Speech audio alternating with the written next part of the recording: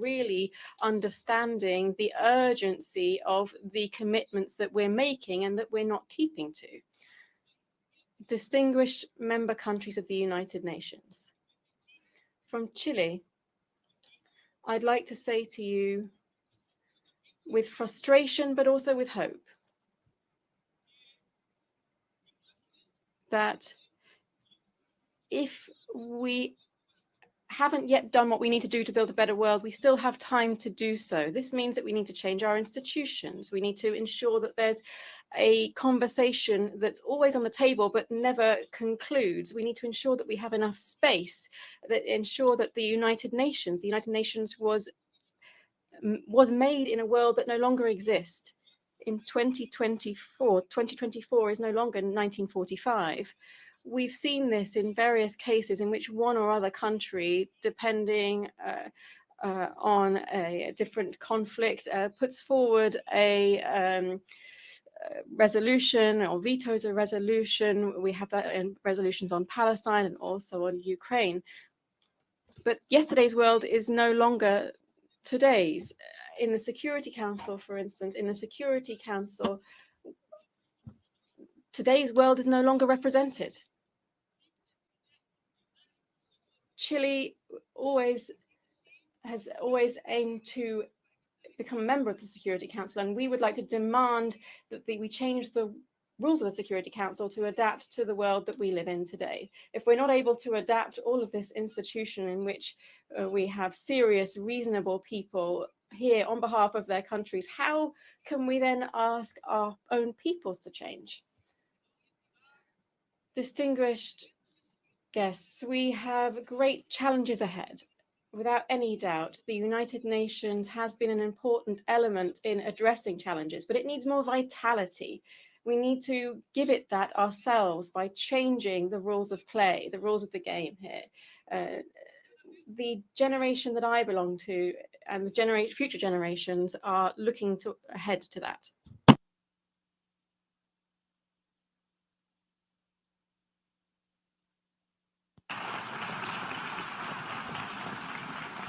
I thank the President of the Republic of Chile.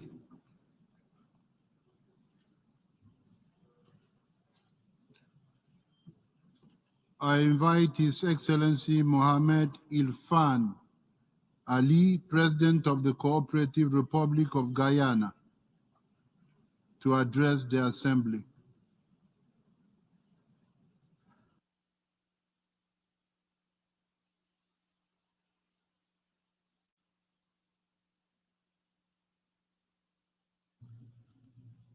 Mr. President, Excellencies, ladies and gentlemen, yesterday we adopted the Pact for the Future. The task for us now is to move from ambition to action. Actions that create an ecosystem of harmony between the environment, people, planet, and technology. But most of all, one that promotes human dignity. Poverty has been a constant for hundreds of millions for this and past generations. This we must change now. Ensuring climate security, food security, and energy security is paramount. Let us not rehash the climate story. We know it. We must act now. Meeting the climate finance commitments can no longer be postponed. Forests are an integral part of the climate solution, and it is time that a global market-based mechanism for carbon credit be put in place. Our global food security continues to deteriorate, and the projections are alarming. It is estimated that $90 billion in annual global financing will be needed between now and 2030 to provide a basic social safety net. If we are not able to meet the basic need of feeding our people, the entire Agenda 2030 is in peril. It is our collective responsibility to provide the $300 to $500 billion needed to transform our global food system. technology transfer, insurance for farmers, access to finance, and fair trade rules are all part of the solution. On energy security, this must be built on a platform of equity and access to technology. We must not be divided on addressing the digital divide. Too many still lack the basic of connectivity. AI can be a positive game changer for humanity, but also has the potential to widen the gap between countries and people if we do not bridge the digital divide. Our global community has a responsibility to ensure that AI is a force for good that benefits everyone. Excellencies, to do all of this, our public policies and global strategies must be aligned, and our global institutions responsive. Outdated and broken global systems must be fixed. We must reform the international financial architecture and make it more inclusive and conducive to sustainable development for all. But sustainable development cannot flourish without peace and security. We must end and prevent wars. The Security Council must also be reformed to be more representative, responsive, and democratic. If not, it will lose both its credibility and relevance. Excellencies, as we seek to create a fair and just world, we must focus on including all our people. No region, no country, or no group must be left behind. We must do more so that our women and youth are integral in all our decisions and actions. The future we envision must target directly the more than 340 million women and girls projected to live in poverty by 2030. It must also address the 110 million young women and girls projected to remain out of school by 2030. The 24% of women and girls projected to be food insecure, and the 245 million women and girls that will experience sexual or gender-based violence by 2030. The sustainable future we build must meet the needs and aspirations of the 1.3 million additional youths the world will have by 2030, ensuring sustainable development in which access to education, health, housing, and energy must be provided.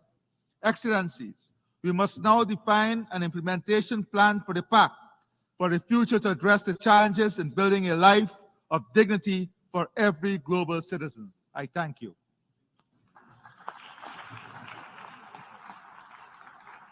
I thank the President of the Cooperative Republic of Guyana.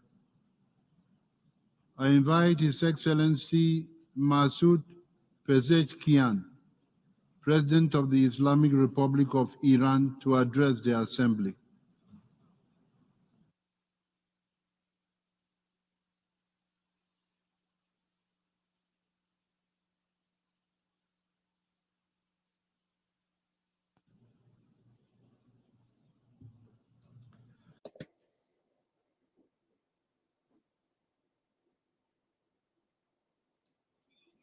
In the name of God, the compassionate, the merciful. Mr. President, addressing today's and tomorrow's challenges demands collaboration rooted in justice and integrity. Let us build a just and thriving future for our children. The central focus of this joint effort is to highlight the role and status of the United Nations as a symbol of multilateralism and to promote respect for the goals and principles of its charter. The Islamic Republic of Iran has in the past expressed its views on the Pact for the future. Our collaborative efforts for the future should focus on reinforcing the multilateral system to effectively tackle fundamental challenges like war, discrimination, poverty, and hunger. The role of culture and family values, the necessity of intergenerational dialogue to preserve cultural values, and the attention to the role of women, girls, and youth, as well as their empowerment, are undeniable. The priorities of my administration at the national level include a focus on health, public education, public welfare, social security, creating equal opportunities, and reducing various forms of inequality, fair income distribution, strengthening and consolidating the family institution, reducing poverty and discrimination, expanding social justice, empowering women and youth, and fostering the enjoyment of a sustainable environment. Mr. President, achieving peace and development require respect for the right to development of nations, attention to their development priorities and cultural nuances, adherence to principles of fairness and solidarity, and the fulfillment of commitments by developed countries towards developing nations. Unilateral sanctions have hindered progress towards sustainable development goals and must be addressed in any document prepared for the future. I propose to the UN Secretary General, in collaboration with countries affected by unilateral sanctions, present a comprehensive report on this matter to the General Assembly. We call for the urgent reforms in the governance structure of international financial institutions to ensure the participation of developing countries in decision-making and norm-setting, creating a fair and accountable framework to address the financial needs of developing nations. The Pact for the Future of the Global Digital Compact should contribute to reducing the digital divide between the global North and South, particularly through the transfer of new technologies, capacity building, and removing barriers. Equal and effective participation of the global South countries in the governance of the Internet and artificial intelligence, respect for national laws, and addressing monopolistic practices are essential imperatives. Dear colleagues, we call for a world free of nuclear weapons and a Middle East free of weapons of mass destruction without any preconditions. As a victim of terrorism, we have always been at the forefront of the fight against this vile phenomenon and are ready to cooperate with countries genuinely seeking to combat terrorism. Iran seeks a strong, secure, and stable region where the resources of the countries can be used for mutual benefit in advancing economic and social progress and addressing common challenges. In a world where civilians in Gaza are ruthlessly killed, state-sponsored terrorism brutally targets children and women, and genocide and assassination are supported, no document will guarantee peace and development. The end of occupation, the cessation of apartheid in Palestine, and an immediate ceasefire in Gaza are prerequisites for global development and peace. The Islamic Republic of Iran is prepared to work with other countries to achieve common global goals. Thank you.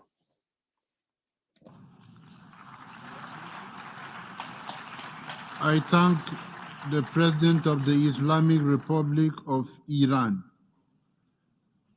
I invite His Excellency Santiago Pena Palacios, President of the Republic of Paraguay, to address the Assembly.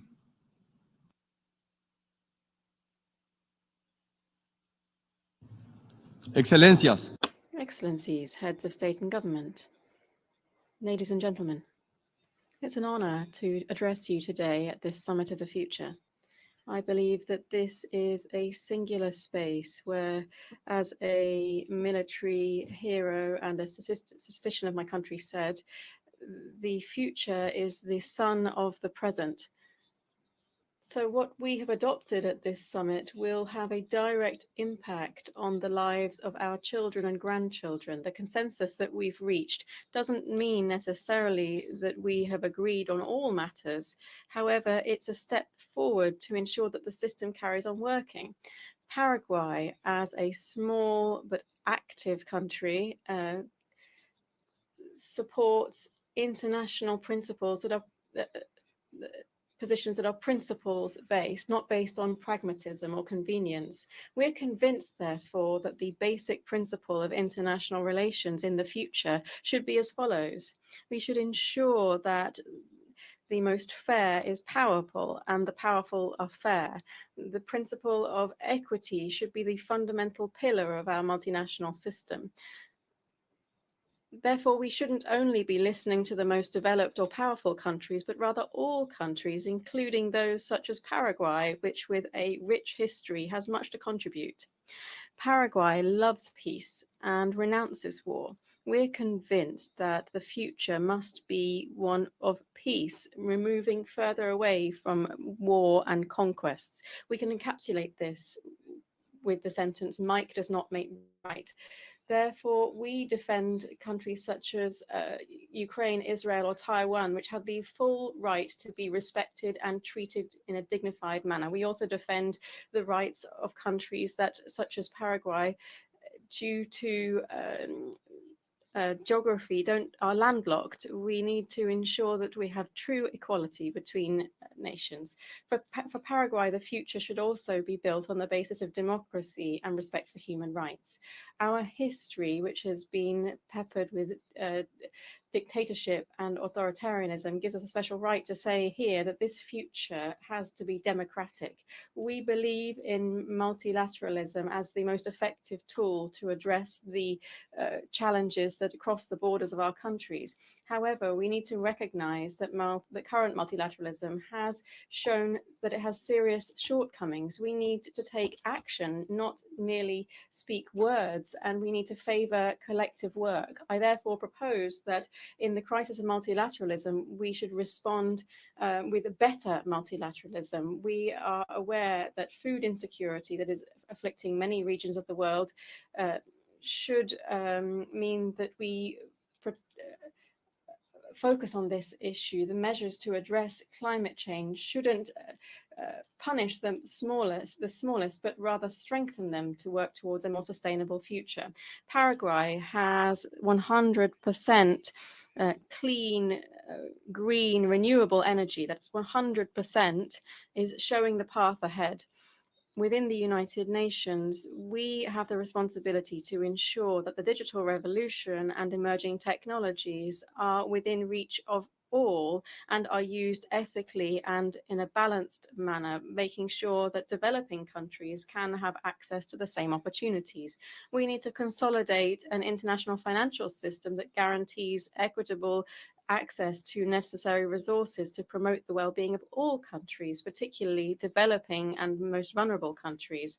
We are concerned that the ability of emerging economies to address global challenges is hamstrung by effects on their growth. We need a solid system which is able to overcome the crises afflicting the most neglected. We are well aware that this pact for the future is a result of intensive negotiations in which states have had to balance their own interests and their own pretensions. We need to underscore our lack of agreement with some of the substantive aspects of the document that's agreed. I therefore need to think that we should say that this declaration is based on a non-binding document, will be aligned with our national legislation.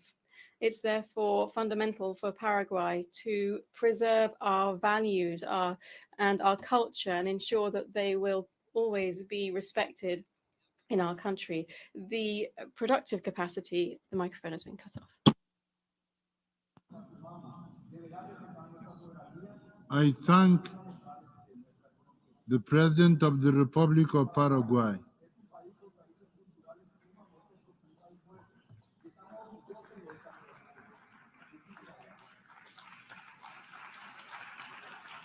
I invite His Excellency Volodymyr Zelensky, President of Ukraine, to address the Assembly.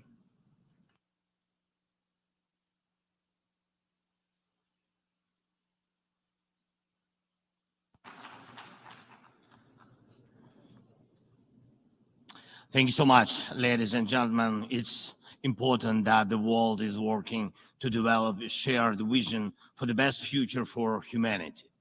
As soon as such collective efforts begin, true interests are always revealed. Ukraine supports efforts to keep all nations united, safe, and strictly adhere to the UN Charter. And you all can see who always not only stands against it, but also actively works to undermine global unity. This time during the work on the Pact for the Future, the same small group of 7 accomplices led by Russia has once again acted destructively, always opposing any global initiatives that strengthen the effectiveness of the UN Charter. This group has always behaved this way whenever the UN tried to do something that works for everyone's good. And you all see it. I thank Germany and Namibia for their co-facilitation of the Pact for the Future. And I'll also thank Zambia and Sweden for facilitating the negotiations on the Global Digital Compact. My thanks go to Jamaica and the Netherlands, who co-chaired the intergovernmental process on the Declaration for Future Generations. It's very, very important that we hear a united voice from Africa now. This common stance of African nations strengthens global efforts. And my sincere thanks to all the countries that have offered their helpful ideas for the future. The world needs a peaceful future and sustainable development. And I say this as the president of Ukraine, a country resisting Russia's brutal colonial aggression. And we know exactly how much global unity can achieve, both here at the UN and through the peace summits for Ukraine, where we aim to overcome the destructiveness of Russia and its accomplices. We are now preparing for the second peace summit, moving forward with our partners step by step according to the peace formula. And we are working on food security, energy security, and holding Russia accountable for its terror. Next, we will address all other points of the peace formula, including the release of prisoners, the restoration of territorial integrity, and more. And we are preparing a document to present at the second peace summit. I invite all leaders, nations to continue supporting our joint efforts for a just and peaceful future.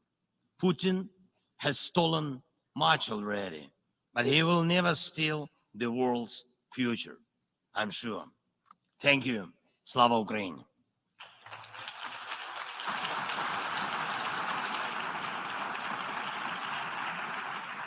I thank the President of Ukraine. I invite His Excellency Luis Rodolfo Abinader Corona, President of the Dominican Republic, to address the Assembly.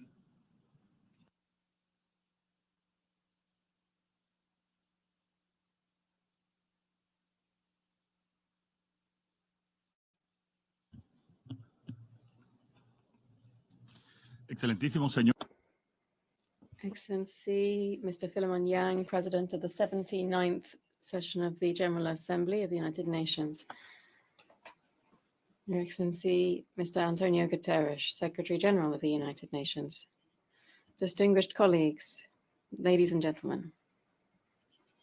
On behalf of the people and government of the Dominican Republic, I congratulate the Summit of the Future, for which we come together to create a tomorrow based on the pillars of knowledge, peace, inclusion, and sustainability. As Peter Drucker was saying, the best way of predicting the future is by creating it. The first appeal for this summit should be to leave aside what is dividing us and seek what unites us. This is the best approach to come up with joint solutions which will have a direct impact on present and future generations. It also means taking seriously the decarbonization of our economies to address the climate crisis. And even though all countries need to contribute, nations such as the Dominican Republic will have a limited impact unless the main producers of greenhouse gases contribute in a proportionate manner, proportionate to their resources and impact. Both green funds and the commitments made in climate change must be prioritized. To fully harness the potential of artificial intelligence, we need to make it accessible and inclusive for all within the context of ethical and digital sovereignty, enabling us to transform manufacturing, education, health, and environmental care, and also ensuring that it isn't turned into a tool of exclusion or exploitation. We are seeing in real time the suffering of hundreds of thousands of people who are suffering disproportionate, unjustified violence for which they are not responsible. We need to seek incentives to avoid the nations violating the basic principles of coexistence and the peaceful settlement of disputes. At the same time, we must redesign the norms underpinning international institutions so that they can fully comply with their fundamental aims, safeguarding peace and international peace and stability. We reaffirm once again the unwavering commitment of the Dominican Republic to multilateralism, renewed effective multilateralism. We appeal for respect for and abidance by international law so that all states can have effective means to be able to ensure their security. President, none of this can be done without resources. We need to speed up the building of a new international financial architecture, guaranteeing available resources for investment in development, well-being, environmental protection, and climate resilience. The future is here. It's our present. It's the very cement on which we build today through all of the daily decisions that we take. The Pact for the Future is our opportunity to redefine a fairer, a more equitable and sustainable future in which everyone, anywhere around the world, can prosper in peace with dignity and in harmony with the environment. Thank you very much. I thank the President of the Dominican Republic. I invite His Excellency Maugwitsi Eric Kaebetswe Masisi, President of the Republic of Botswana, to address the Assembly.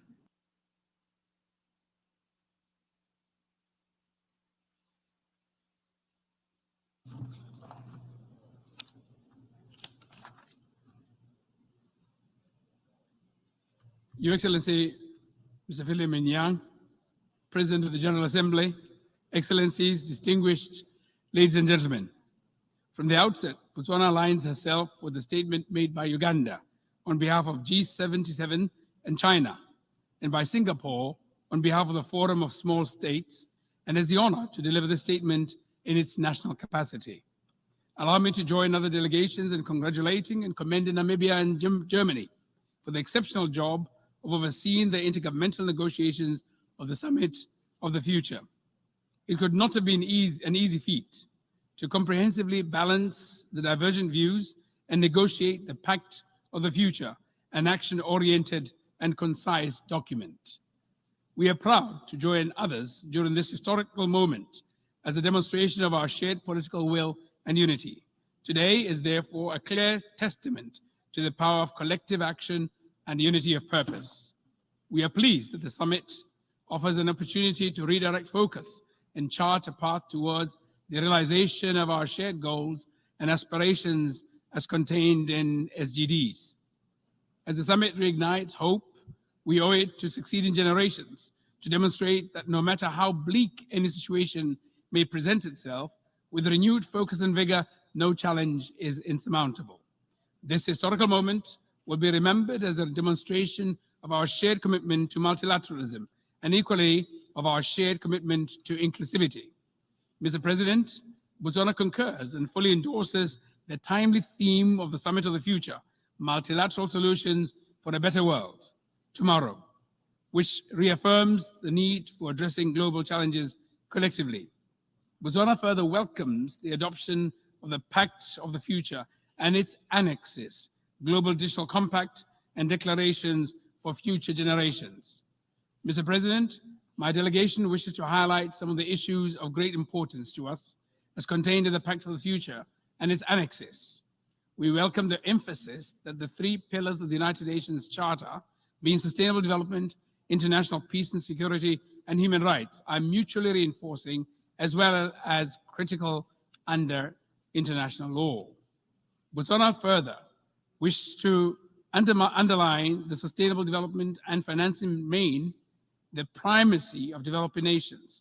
I cannot state in any stronger terms that poverty eradication in all its forms and dimensions should be prioritized. We need to pay attention to the most pressing of our needs, and as such, we should fully commit to reform of the international financial architecture under the auspices of the United Nations, close the digital gap between the developed and developing countries, address issues of youth and future generations by ensuring that what we do will not deny any of them the benefits and opportunities, and ensure generational equity, reform the Security Council, revitalize the General Assembly, ensure unimpeded access to humanitarian aid, and lastly, promote cooperation. Mr. President, I recall that in my statement during the 78th session of the United Nations General Assembly, I highlighted the need for the United Nations to consider appointing a female candidate for the Secretary General position. I note that the Pact acknowledges that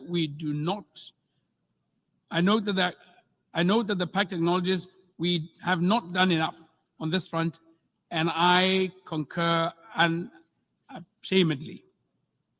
It is imperative that we do our utmost to advance gender parity. That my administration has placed this goal at the forefront of its key national appointments, and I will continue to ensure that appointments for the empowerment of women and girls remains a central pillar of my administration. Mr. President, I'm also delighted and welcome the different review mechanisms contained in the Pact for the Future, including its annexes, which aim to ensure that concrete deliverables are outlined, whilst ensuring a commitment to tenets of multilateralism. It is, however, key that we acknowledge that slow progress towards achieving these goals. Mr. President, allow me to conclude my remarks by assuring you and reaffirming Botswana's commitment to making every effort to contribute to meeting the goals that we have set ourselves for the benefit of succeeding generations. I thank you.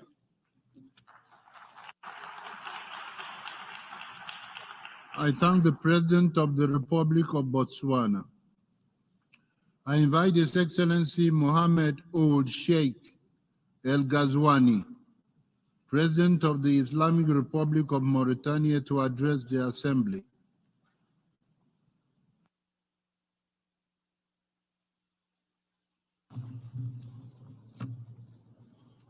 In the name of God, the most gracious, most merciful, may the peace and blessings of Allah be upon Prophet Muhammad. Mr. President, this summit for the future is a window of opportunity for all peoples and countries to provide a future for all nations. The crises faced by our world recently and the challenges present a challenge to our common future. If we continue to achieve the SDGs following the same track, using the same mechanisms, following the same pace, within the foreseeable future, we will not be able either to eradicate poverty or to achieve peace and security or to restore the environmental balance or create the sustainable development we want. The slow pace of our progress in achieving SDGs have a negative impact on our present and future. Therefore, the African continent as a union and the individual states have made tremendous efforts to achieve the 2063 agenda, which is consistent with the 2030 agenda of the UN. In this connection, Mauritania has endeavored, like all other African countries, to fight violence, terrorism, vulnerability, and poverty. It contributed to ensure the economic integration of Africa, yet the results achieved regionally and internationally are not up to the standard. Even worse, the development and security gains have been regressed because of the wars, conflicts, climate change, the debt burden, imbalances in international governance systems. To address all these challenges, it has been incumbent on the international community to find solutions, effective and efficient solutions that will establish a common agenda to accelerate the implementation of SDGs, to restore trust and regain solidarity among nations and countries, and to present a new dynamic to ensure multilateral cooperation and to reform the international financial structures. Mauritania, that is currently chairing the AU, welcomes the Pact for the Future that has been just adopted. We reiterate our call to reform the United Nations, in particular the Security Council, to allow our continent to have a voice so its priorities will be given the due consideration in the international agenda. We also call to address the debt issue and address the environmental needs and enhance international cooperation and ensure international peace and security. So together we can take our planet away from the collapse that is experiencing. Thank you. I thank President of the Islamic Republic of Mauritania.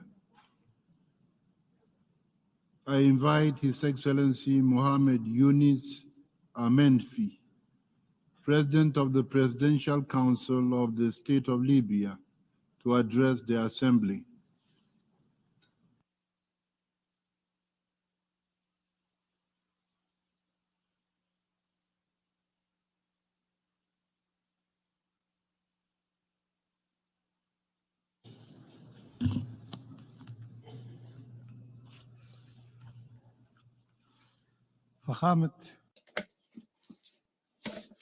Your Excellency, the President of the General Assembly of the United Nations, Your Highnesses, Excellencies, ladies and gentlemen, may the peace be upon you.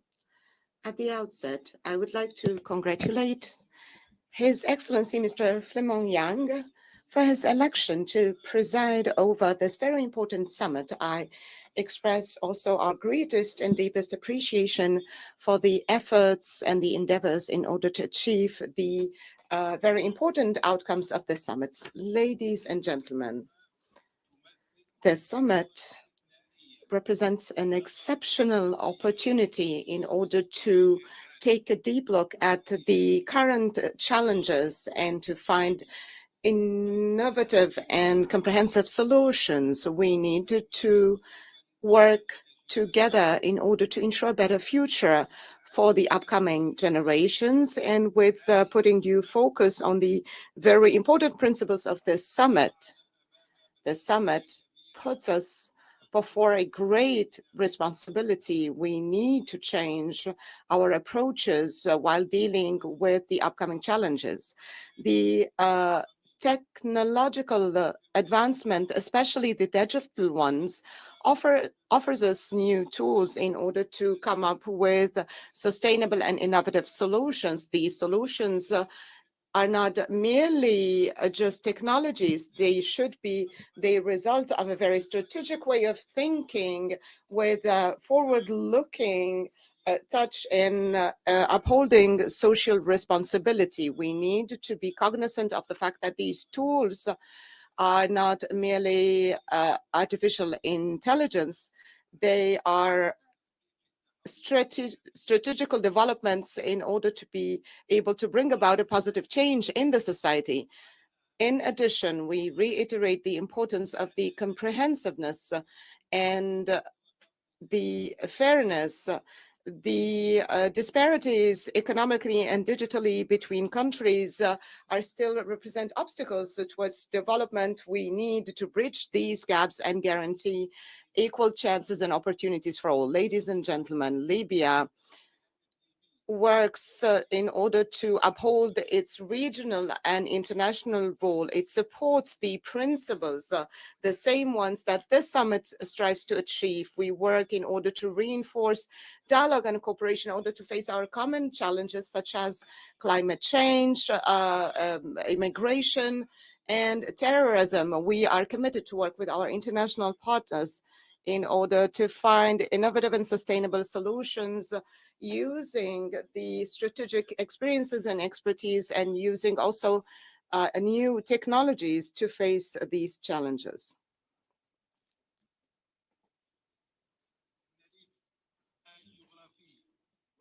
The geographic location of Libya as a transit country makes us cognizant of the challenges of the unregulated migration. We try to come up with sustainable solutions in order to face this phenomena. We reiterate in this context the importance of international cooperation to deal with the root causes of the migration and to provide development in the countries and in alignment with the principles of the Summit of the Future. Ladies and gentlemen, the summit has a main objective is to build a future where everyone has equal opportunities. We need to work together and overcome the regional disagreements and to unite our efforts in order to achieve this very noble objective. The cooperation between countries is not an option, it is a necessity in order to achieve sustainable development and social justice. We need also to focus on the intergenerational responsibility. This is a historical opportunity, and we need to guarantee that our decisions, the ones that we are making today, it takes in account the upcoming generations and guarantees a sustainable future for them. We can no longer go on exploiting the natural resources in a very irresponsible way. In conclusion, we reiterate the importance of adhering to the principles of the Summit of the Future, the one that is calling for adopting sustainability, justice, and innovations in all walks of life. Through our joint efforts, we can overcome the upcoming challenges and to build a world where opportunities are for all and we can all be prosperous and live in dignity and peace. Thank you, Mr. President. I thank the President of the Presidential Council of the State of Libya. I invite His Excellency Gustavo Petro Urrego, President of the Republic of Colombia, to address the Assembly.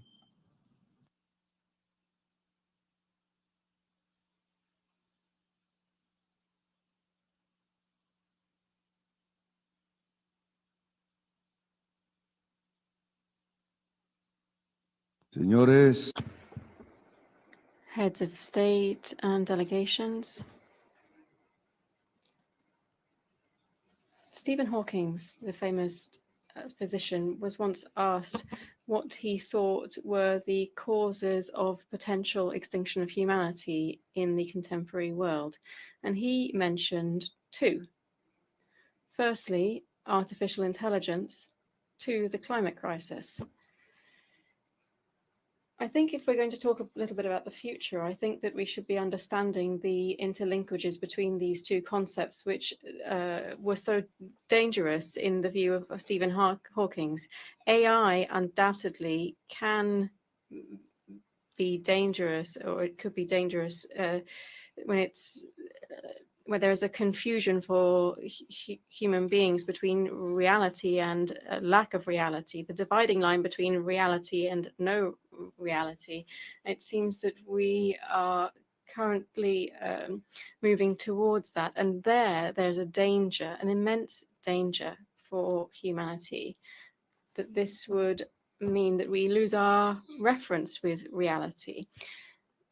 Secondly, artificial intelligence, I think, is here because it does substantially increase economic productivity, manufacturing on a per hour basis, and it can also take away hundreds of millions of jobs, leading to even greater inequality than we have at the moment. Thirdly, artificial intelligence increases productivity. It's therefore highly energy consuming. Energy around the world is used to increase productivity, to produce more, to sell more, to earn more. And the only winner is capitalism. These three elements that we could see as negative, these three elements of artificial intelligence, use enormous amounts of energy, much more than we use today, will therefore contribute to the climate crisis. If artificial intelligence uses fossil fuel as a source of its energy, we would then, as Stephen Hawking said, be facing an Armageddon, the end. A world in this way would only politically lead us to the destruction of democracy and general barbarity, which we're already starting to see in Gaza, for example. Control of humanity through artificial intelligence confuses mankind. They can no longer see what's real and what's unreal. And this would be run fully counter to the democratic project that we have as a republic in Colombia. And if on top of this, we have an explosion of demand for fossil fuels, we will have the extinction of life on Earth. Stephen Hawking, I think, was right. An alternative view, if we manage to move towards clean energy in an immediate future, to give clean energy to artificial intelligence, and if we transform our productivity, the free time of societies and of people might therefore mean that we see other keys to development in the future. Clean energy, high productivity, societies with free time. This would be true wealth for a nation. And then a nation would need to be built on the basis of global democracy, in which anyone around the world, wherever they are, in any nation around the world, could be equal to everyone else. A global world that we still have to build. But my vision of the future, therefore, would lead us to what the opposite of what Stephen Hawking saw as the threats. A global democracy which would plan the building of clean energy around the world, which would enable their growth, and they would allow for AI that elevates productivity, not on the basis of private earnings, which leads to much more unequal societies, but rather it would allow for emancipated workers with free time, and we would therefore live with greater wealth and happiness. Thank you. I thank the President of the Republic of Colombia. I invite His Excellency Bassirou Diomaye Diakhar Faye, President of the Republic of Senegal, to address the Assembly.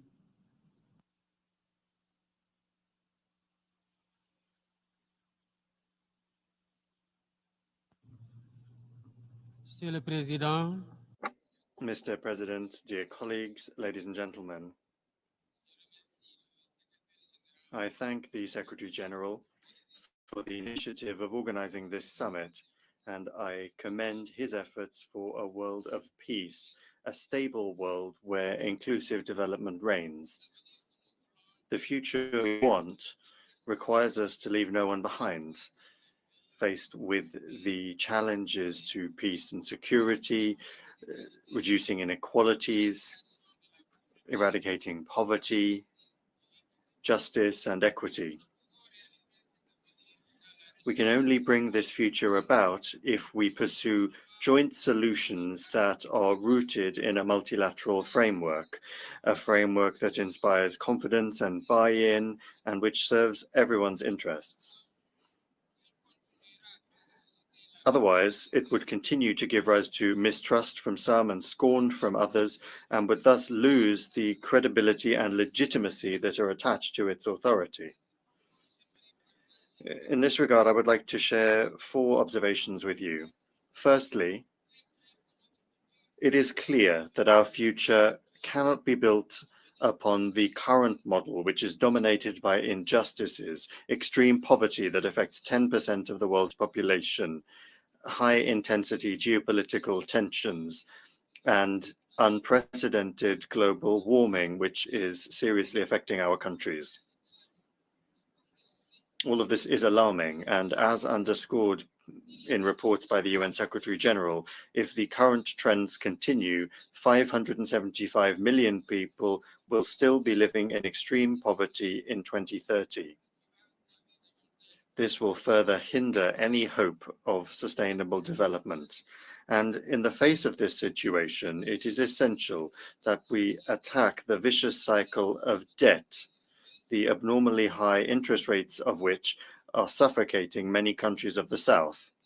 This system of iniquity that is underscored in the recent UNCTAD report constitutes a growing barrier to global prosperity, in particular in developing countries whose borrowing interest rates are between 2 and 12 times higher than those accorded to developed countries. To achieve better debt sustainability, we must reform conditions of access to credit, above all export credit, by easing the rules relating to loan interest rates and the length of grace periods and the terms of those loans. Secondly, the need to reform global political, economic, and financial governance so that it reflects the realities of the present.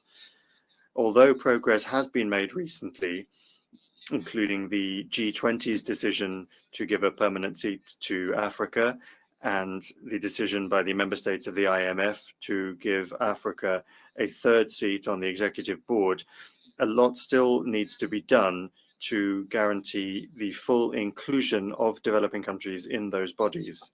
Thirdly, it is essential that we strengthen activities to promote education and vocational and technical training to combat ignorance and indoctrination and to provide young people with vocations and ways that they can flourish.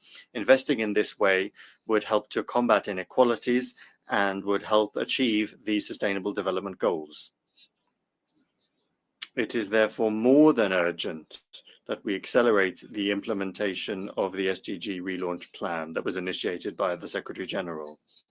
Fourthly, it is essential that we invest more in connectivity and digitalization by strengthening digital infrastructure, innovation, and support for the creative industry of young people upon whom the future will rely. We must provide young people with the means to learn, to succeed, and to flourish. They must be at the heart of our activities and be involved in management and decision-making as drivers of peace and of development. Thank you for your kind attention. I thank the President of the Republic of Senegal. I invite His Excellency Privirajin Rupin, President of the Republic of Mauritius.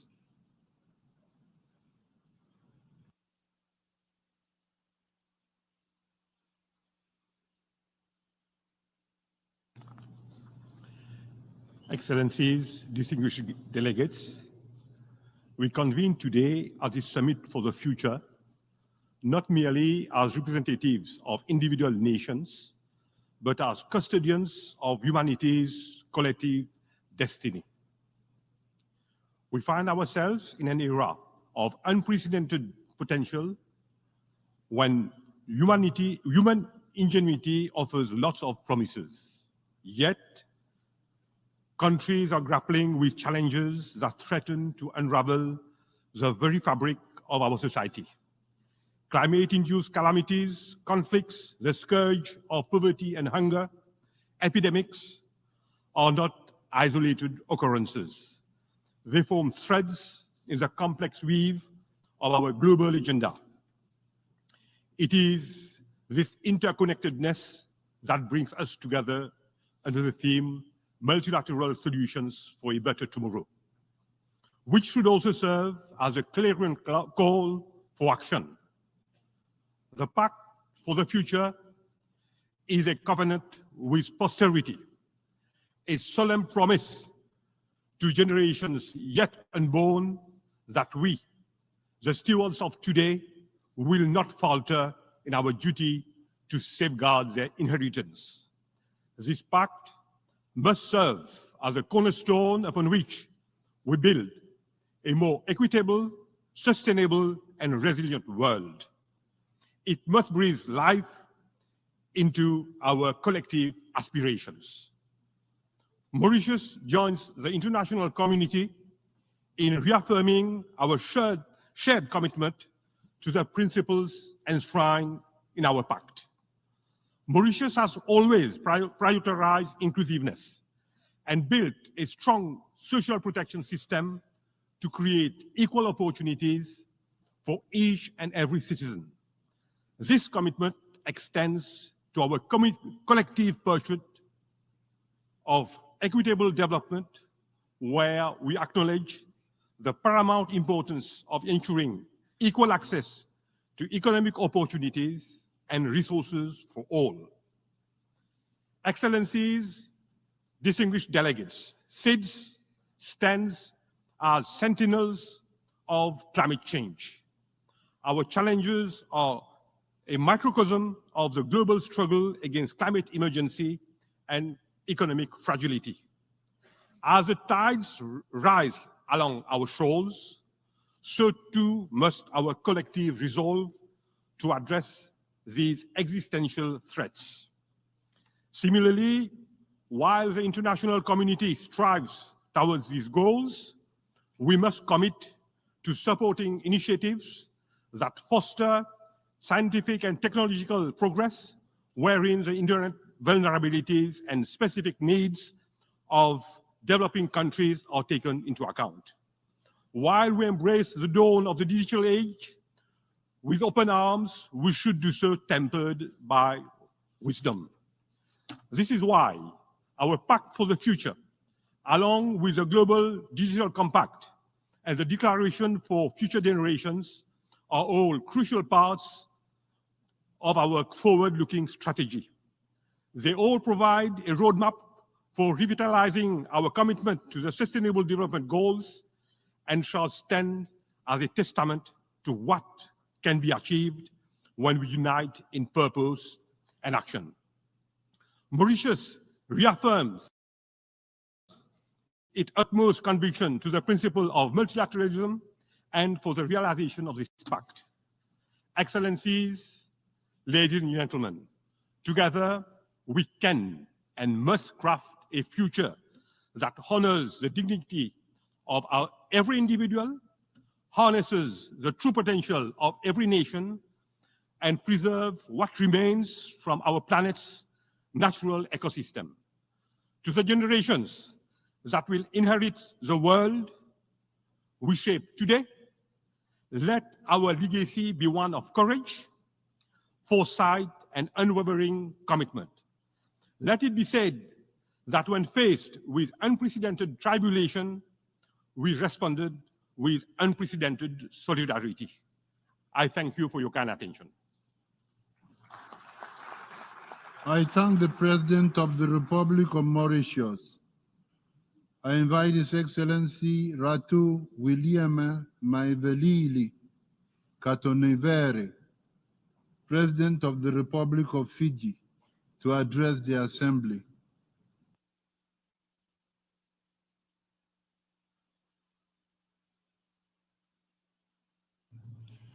Mr. President, heads of state and your excellencies, the world is in peril.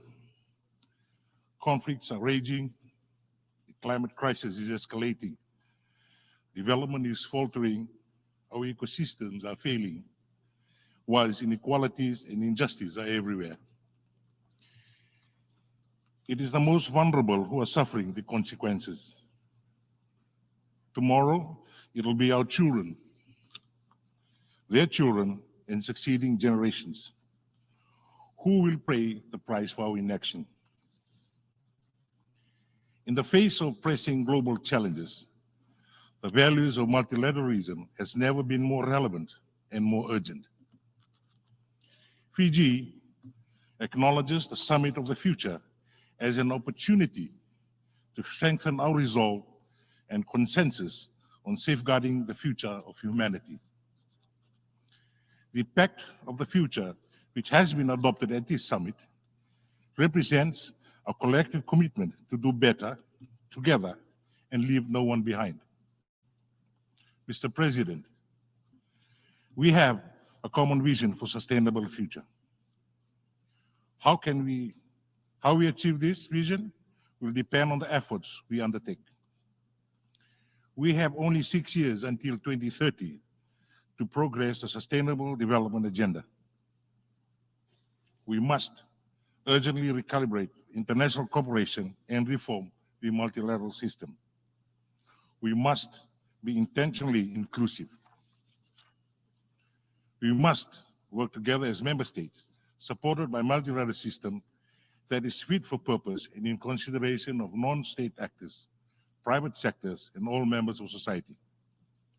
We must choose peace over conflict and respect human rights of all as enshrined in the UN Charter. We must respect and protect our environment and its resources on land, in the sea, and in the air. We must trust each other, as trust is the foundation of strong partnership. We must be true to our word.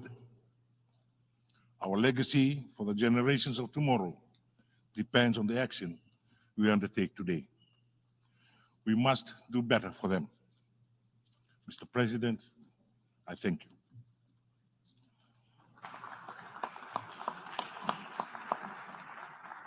I thank the President of the Republic of Fiji. I invite His Excellency Xavier S. Port Samora, Head of Government of the Principality of Andorra, to address the Assembly.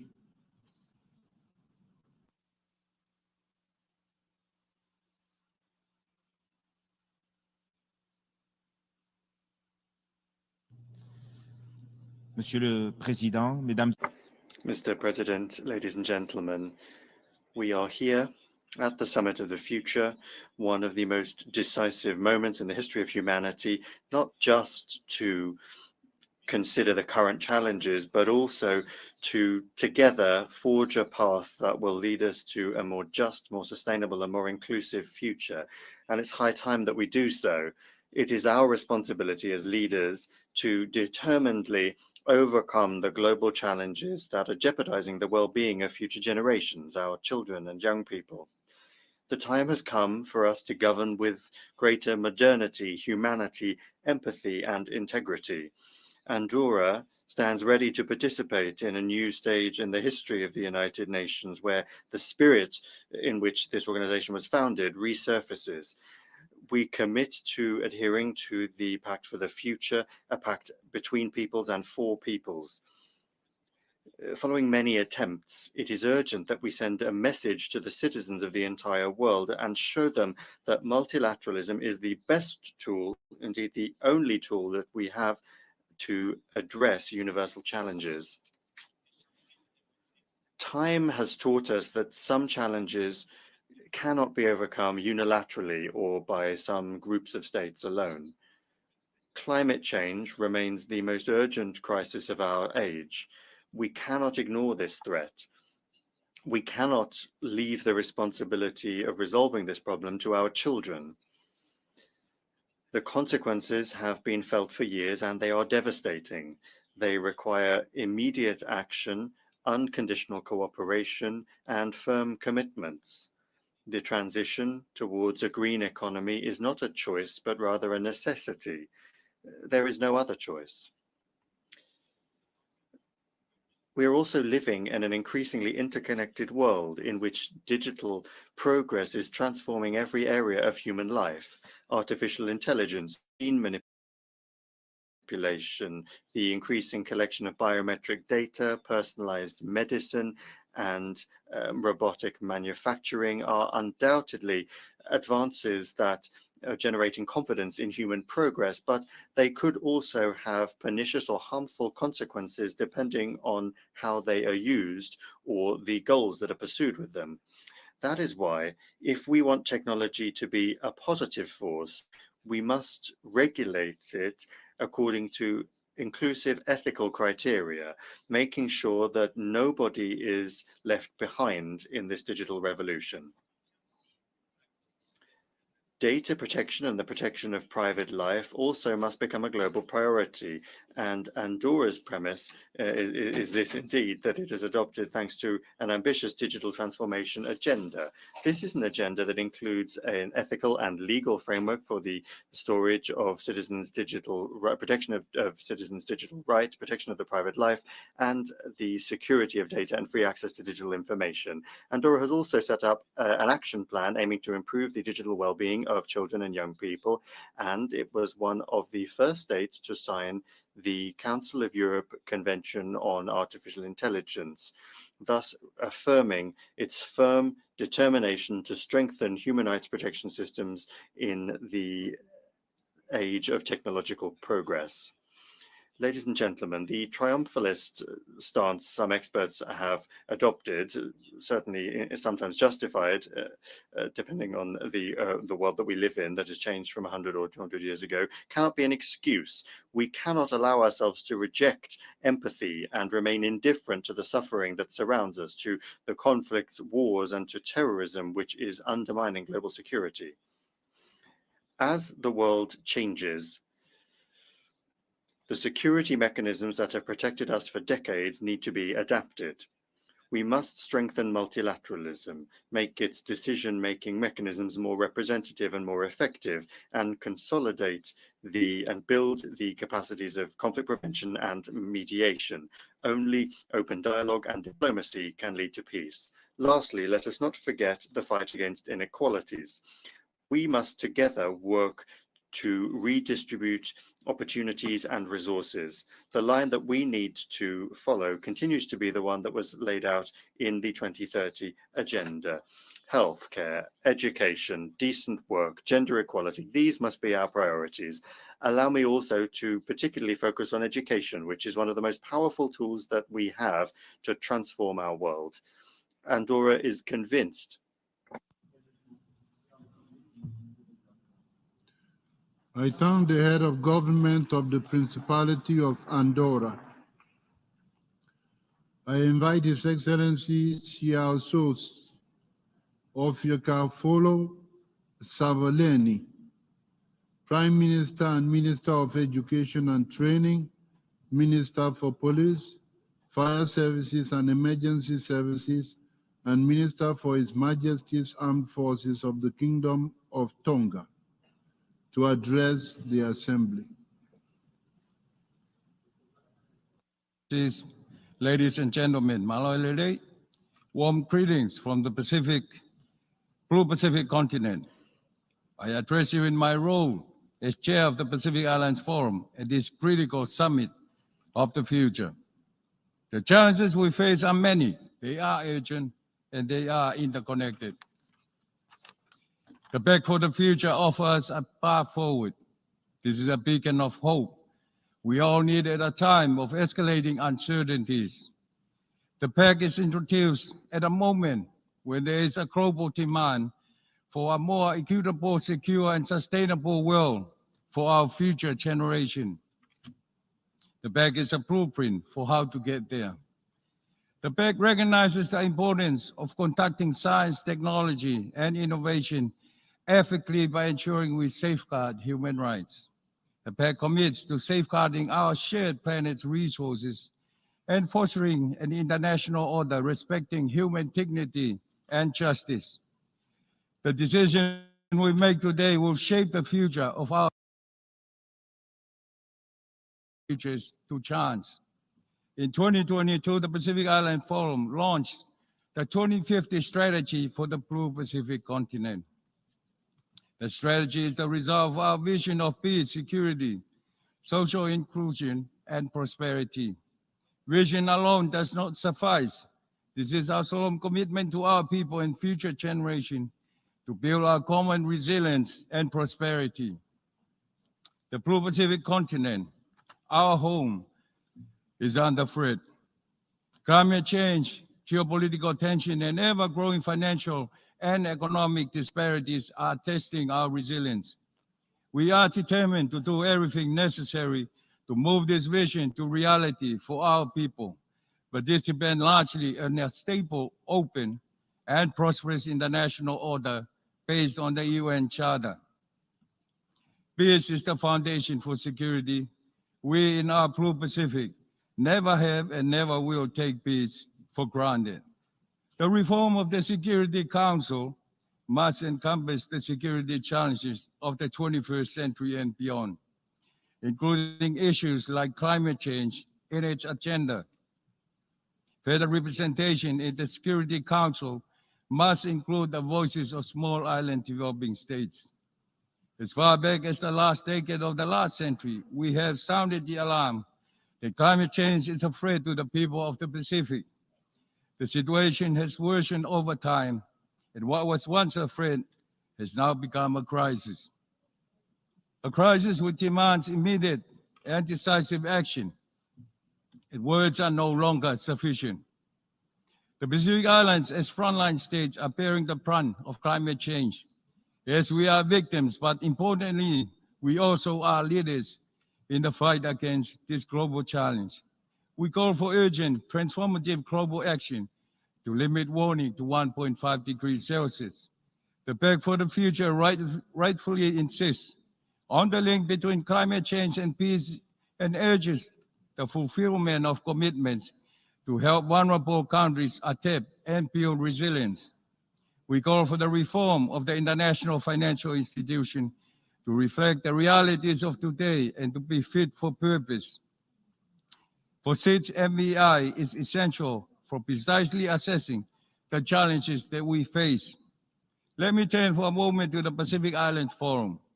We have taken steps to build resilience.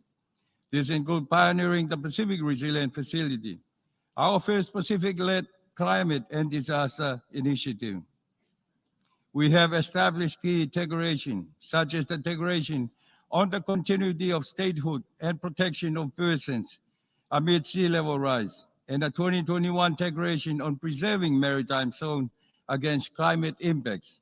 We have also developed and endorsed the Pacific Regional Framework on Climate Mobility and introduced a framework for resilient development in the Pacific. Incidentally, the latter is the world's first regional framework linking climate change and disaster risk. I firmly believe that the Pact for the Future is a vital catalyst for the 2030 agenda. The Pact for the Future must be our commitment to a fairer and safer future for all. The Global Digital Compact is crucial for fostering a safe, inclusive, and sustainable digital.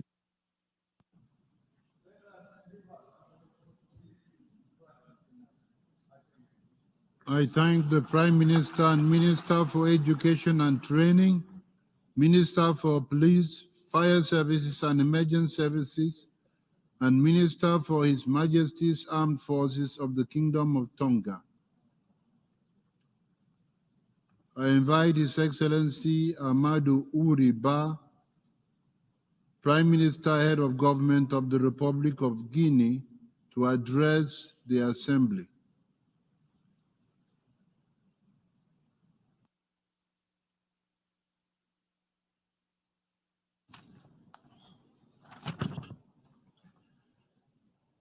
Monsieur le Président, Mr. President, ladies and gentlemen, heads of state and government, Mr. Secretary General, distinguished guests. Our deep-rooted conviction is as follows. The future is not simply something that we achieve, it is something that we build together.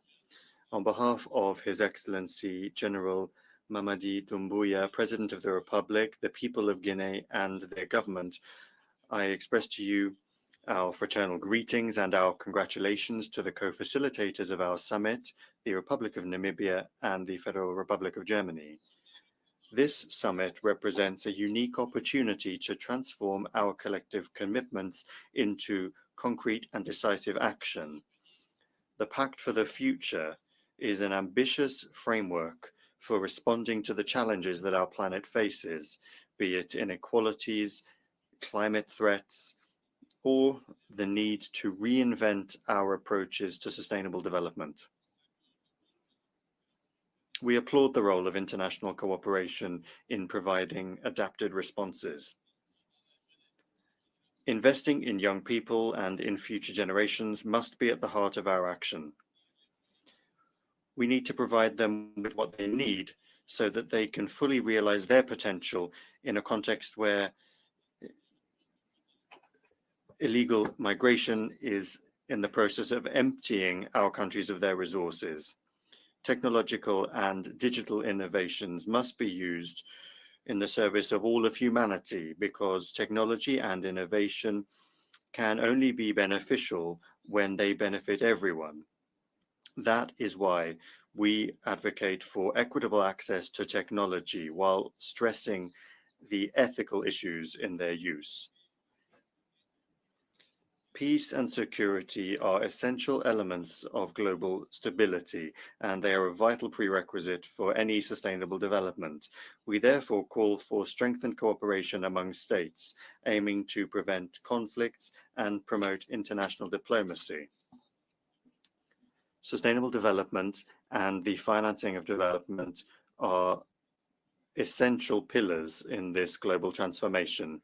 It is essential that ambitious and inclusive measures be adopted to achieve the Sustainable Development Goals.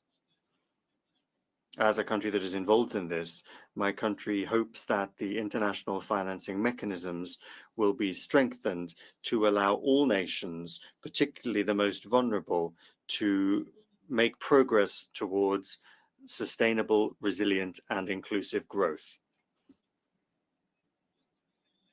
In this vein, we cannot ignore the importance of preserving our environment, in particular sensitive ecosystems such as the Fouta-Djallon Massif. This site, which is a genuine watershed for all of West Africa, is vital for the ecological balance in our region that affects 15 states. Protecting it is not just a national issue, but it is a collective responsibility.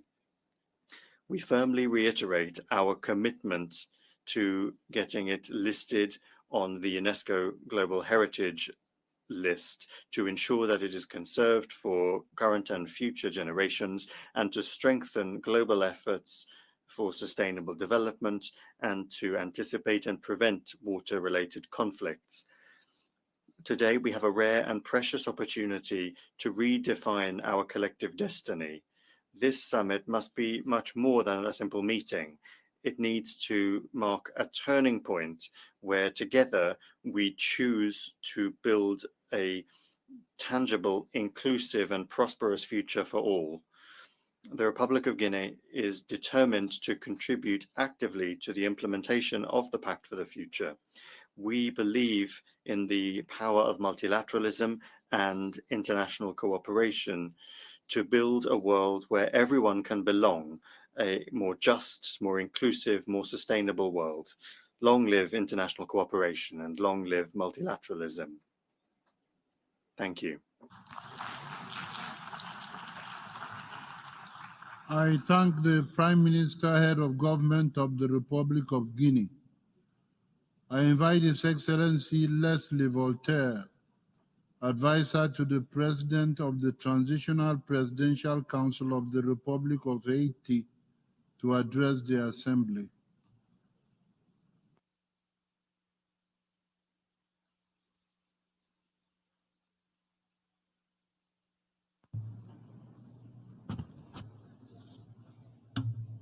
Excellences, Excellencies, Mr. President of the General Assembly, Your Excellency, Mr. Secretary General of the United Nations, ladies and gentlemen, heads of state and government, distinguished guests, ladies and gentlemen.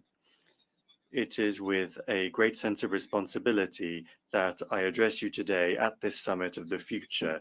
This event does not just represent a meeting of world leaders, it is also a critical moment in building a shared future based on the principles of solidarity, equity, and justice. As the President of Haiti, a country facing many complex challenges, I wish to underscore the importance of the Pact for the Future, which we envisage adopting today at this summit. This pact represents not just a historic commitment to renewed multilateralism, but also a unique opportunity to strengthen international structures so as to respond to the different economic, social, and environmental realities that we face. The world is currently faced with unprecedented challenges that require stronger, more inclusive international cooperation. With this in mind, this summit offers an opportunity to revitalize multilateralism and to modernize the United Nations system so that it is more inclusive and representative of the present realities.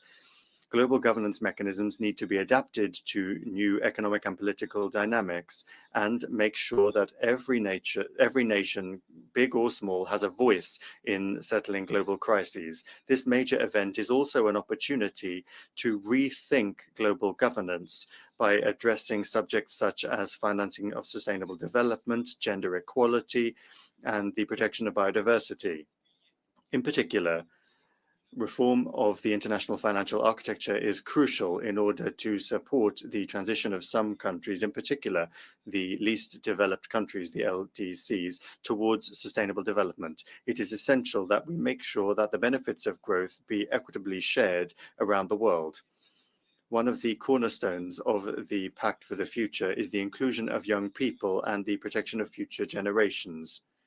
Today, more than 1.9 billion young people live on our planet, and their participation in decision-making processes is essential in order to ensure lasting peace and equitable development. All too often, young people are left behind or left out of economic and political discussions, even though they have vast potential to resolve global crises, be it climate change or social inequalities. In Haiti, the Transition Presidential Council and the government is working to integrate young people in all aspects of national reconstruction in collaboration with the international community. We will make sure that future generations do not bear the burden of the mistakes of the past, but rather that they benefit from progress towards lasting peace and social justice. This summit is an opportunity to reiterate this by making young people central actors in change rather than simple observers. Mr. President, Excellencies, ladies and gentlemen, Haiti faces a multifaceted crisis that is jeopardizing the very foundations of the state. The security crisis fed by organ trafficking, drug trafficking, arms and munitions trafficking, on top of a humanitarian crisis, requires an urgent solution from the Haitian authorities with the assistance of the international community. Climate change, which is intensifying natural disasters such as hurricanes and droughts, is seriously affecting our country. These challenges go beyond our borders and require a collective global response. The stability of Haiti is essential not just for the region, but also for the global balance. In order to overcome these challenges, Haiti needs the support of everyone. Direct foreign investment, the fight against inequalities, and the bolstered support in security, climate justice. These are all essential in order to ensure a prosperous future for our country. This Summit of the Future is a crucial stage in reiterating our collective commitment to multilateralism. International institutions must be reformed in order to become more inclusive and be better adapted to current challenges. The voice of developing countries such as Haiti needs to be heard in major international bodies where major decisions are taken. Security Council reform is needed in order to better reflect current geopolitical dynamics. Haiti advocates for genuinely equitable multilateralism where every continent and every state, regardless of its size or influence, I thank the advisor to the President of the Transitional Presidential Council of the Republic of Haiti. I invite His Excellency Mohamed Mustafa, Prime Minister and Minister of Foreign Affairs of the State of Palestine, to address the Assembly.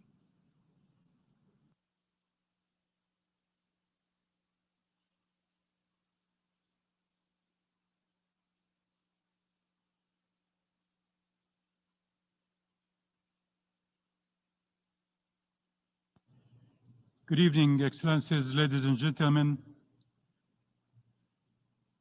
In 2015, we gathered for the historic adoption of the 2030 Agenda for Sustainable Development, the most ambitious, transformative plan of action for building a prosperous, equitable, and sustainable world. More importantly, this agenda is centered on human dignity and shared prosperity in a just world where no one is left behind. Unfortunately, recent years have seen a surge in economic, political, climate, and humanitarian crises, deepening marginalization of vulnerable communities. If not addressed, these crises will undermine our multilateral systems and put us further away from realizing the goals of the 2030 Agenda. With the Back to the Future, we have an opportunity to reverse this dangerous trajectory by rebuilding trust in international institutions and paving the way for a future of peace, justice, and sustainable future for all. Mr. President, in the state of Palestine, while striving to play a positive role in response to global challenges, we are regrettably further burdened by Israel's illegal occupation and aggressions in the Gaza Strip and the West Bank, including East Jerusalem. For over 76 years, our people have been forced to endure multiple man-made catastrophes that have directly undermined our efforts to achieve justice, peace, and prosperity. As I speak to you, before you, our people in Gaza are enduring one of the darkest chapters in modern history. For nearly a year now, Israel's genocidal war has caused unprecedented loss and suffering and humanitarian catastrophe. At the same time, our people in the West Bank, including East Jerusalem, continue to face systemic threats driven by escalating settlers' violence, military raids, movement restrictions, and financial siege, withholding of Palestinian tax revenues. Excellencies, despite long years of oppression and occupation, our people remain steadfast. We firmly believe that human capital is our greatest asset and are thus committed to enhancing the performance of our institutions, ensuring effective governance and service delivery to our people, and to creating an enabling environment where every Palestinian has the means to survive and thrive in peace and stability. The remarkable resilience of our people, even in the face of ongoing atrocities, renews our confidence that they will heal and rise from this tragedy. Palestine has demonstrated social resilience at the national level, with our commitment standing strong in unity and perseverance. It's now our collective duty to stop the aggression and to extend this resilience beyond the social sphere in our economy, in our infrastructure, and all areas of development. We must ensure that Palestine is equipped to cope, adapt, and transform in the face of diverse challenges, preparing ourselves not only to withstand future challenges, but also to build stronger, more resilient nation. Central to this goal must be a just transition, an essential framework in the 2030 Agenda. As proven in the past, Palestine can achieve economic growth and sustainable development But this time, we must ensure their pursuit is just, fair, and inclusive, ensuring every citizen benefits equitably, guaranteeing a prosperous, sustainable future for all. Let us act together with the global solidarity and cooperation inherent in the 2030 Agenda and Pact for the Future to overcome the challenges threatening humanity. Let us remain faithful to the principles we have affirmed in this summit by restoring hope to future generations, including the Palestinian people who must.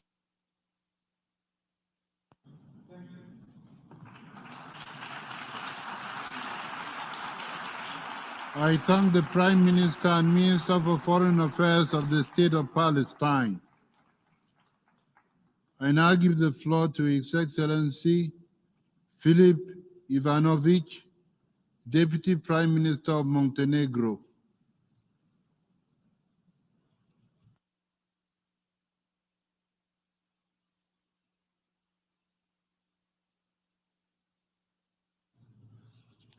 Honorable President of the 79th session of the UN General Assembly, Excellencies, distinguished colleagues, ladies and gentlemen, we have gathered here today to embrace the adoption of a new and ambitious agenda, the Pact for the Future, with the aim to make the UN more effective, credible, and relevant for the 21st century and multiple global challenges we are faced with.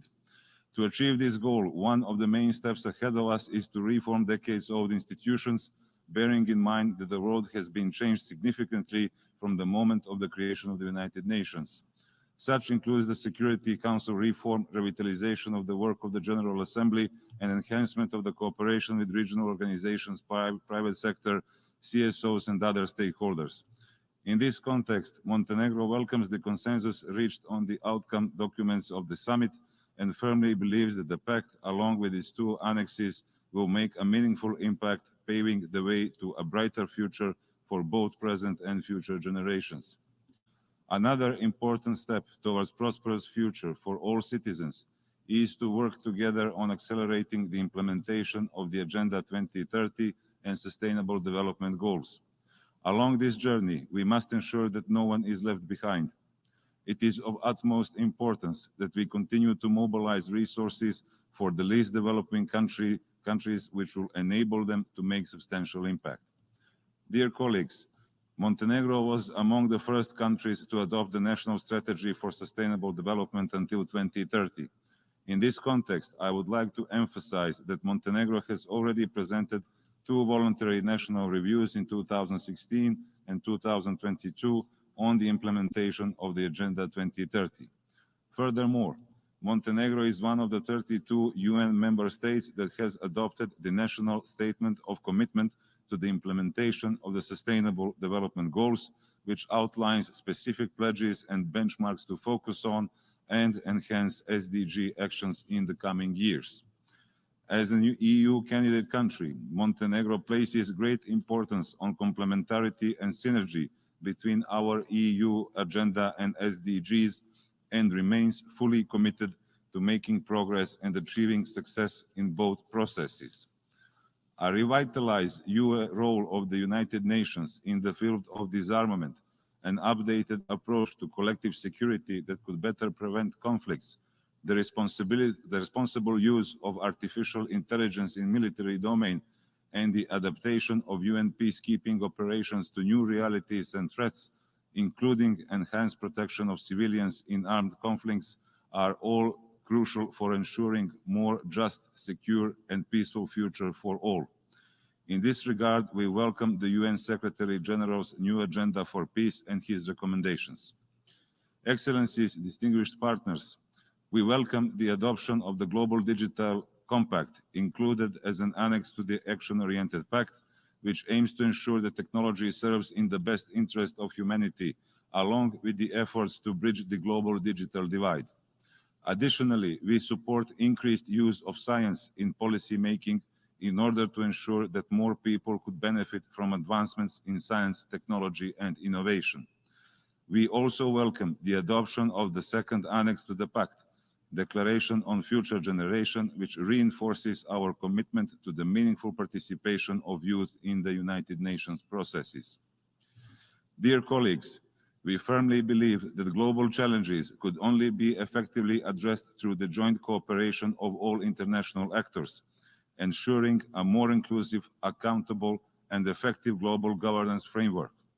In this context, allow me to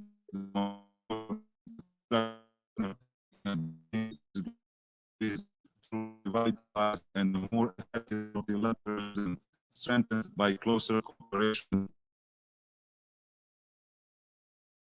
unity and solidarity among countries, and reinforced by stronger international institutions.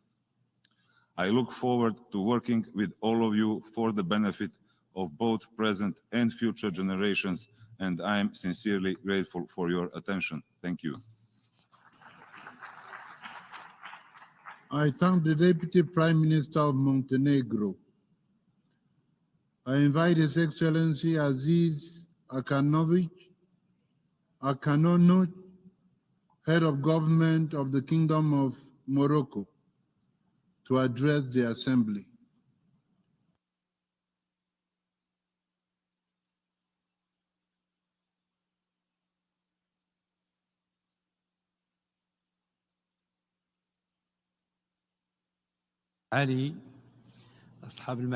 Your Excellencies, ladies and gentlemen, at the outset, I'd like to convey to you the greetings of His Majesty King Mohammed VI to those participating in this important summit. This is a summit that is being held in an international context that is full of complex challenges.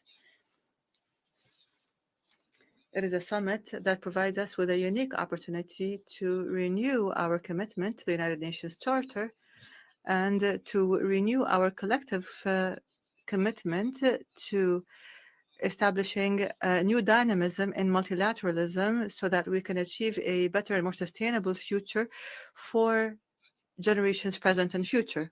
Ladies and gentlemen, Morocco is committed firmly towards the Charter of the Pact for the Future, and we believe that implementing it will rely on 5 main conditions. First, we must establish peace and stability and development as the foundation of our work, because we cannot establish sustainable development without peace, and peace cannot be achieved without economic progress and social progress. Therefore, we stress the need to develop a global approach that is inclusive and that is based on mutual respect and trust and dialogue.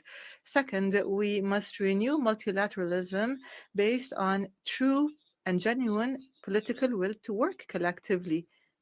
We are required to enhance our work that is based on legitimacy and solidarity.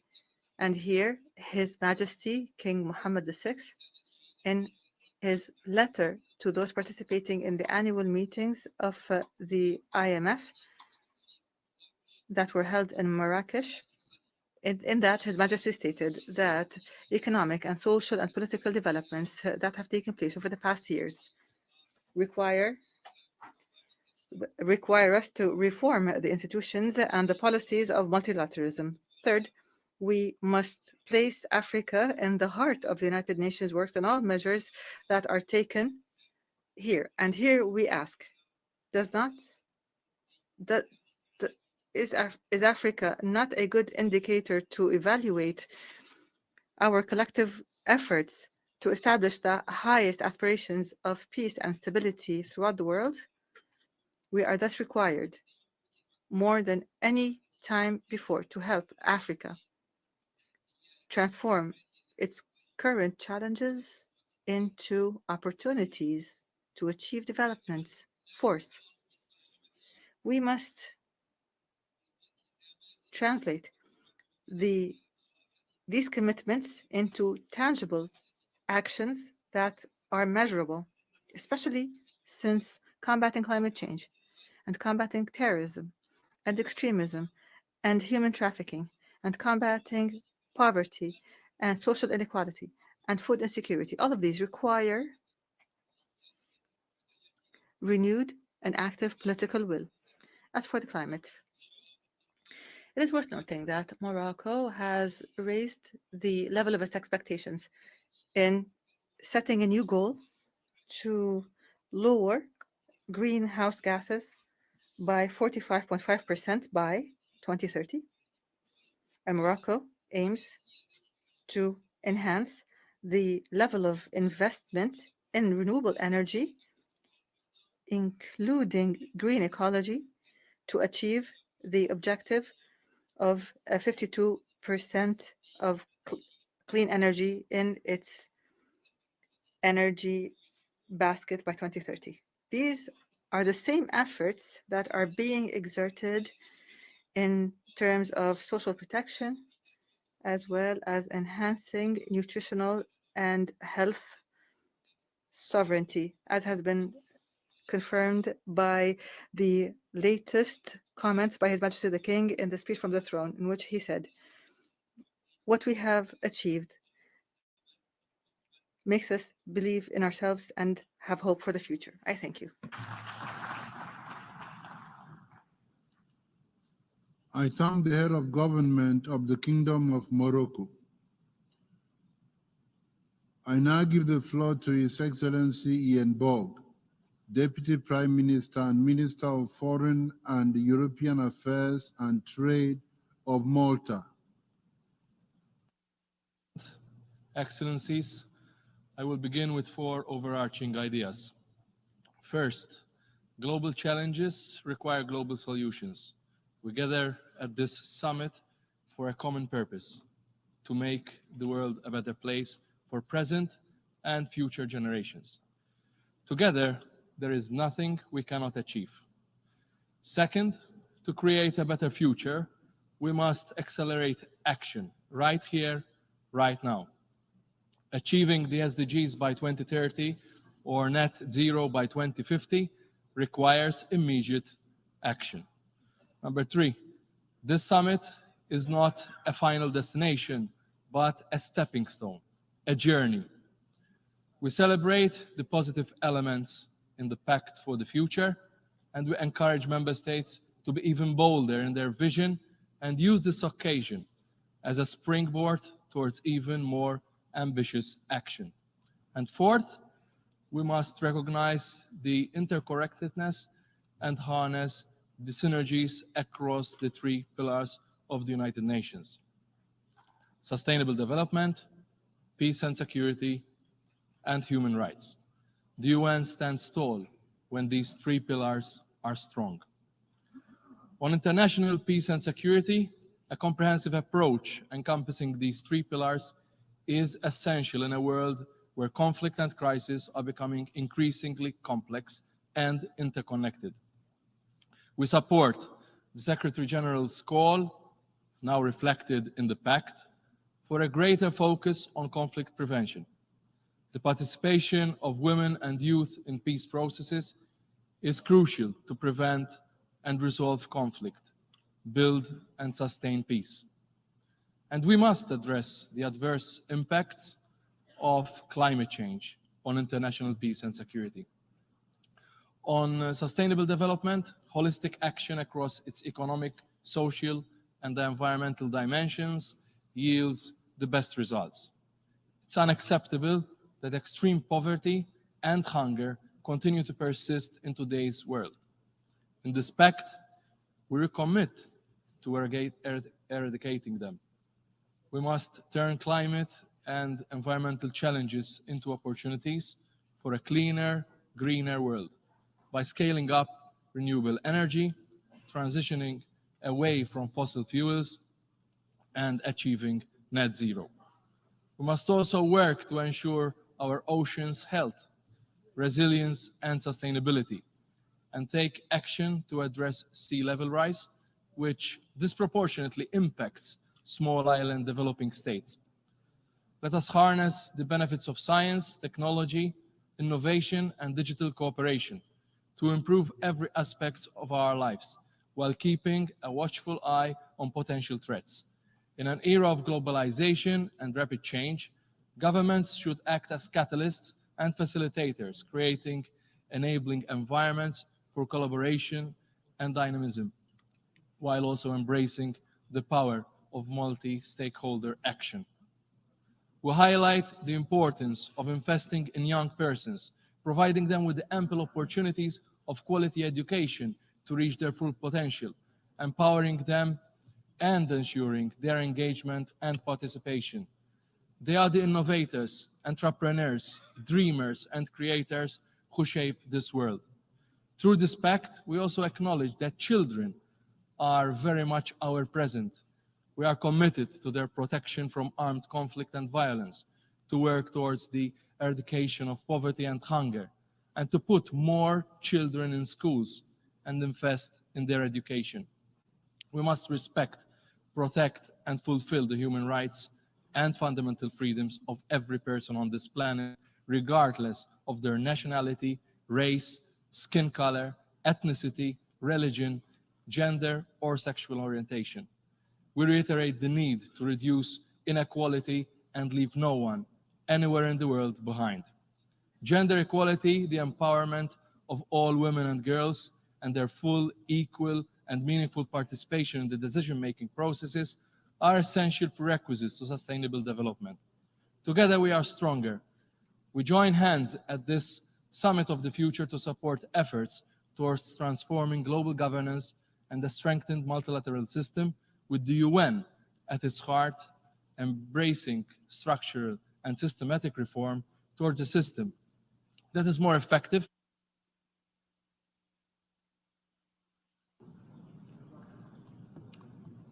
I thank the Deputy Prime Minister and Minister for Foreign and European Affairs and Trade of Malta. I now give the floor to His Excellency Vivian Balakrishnanan, Minister of Foreign Affairs of Singapore.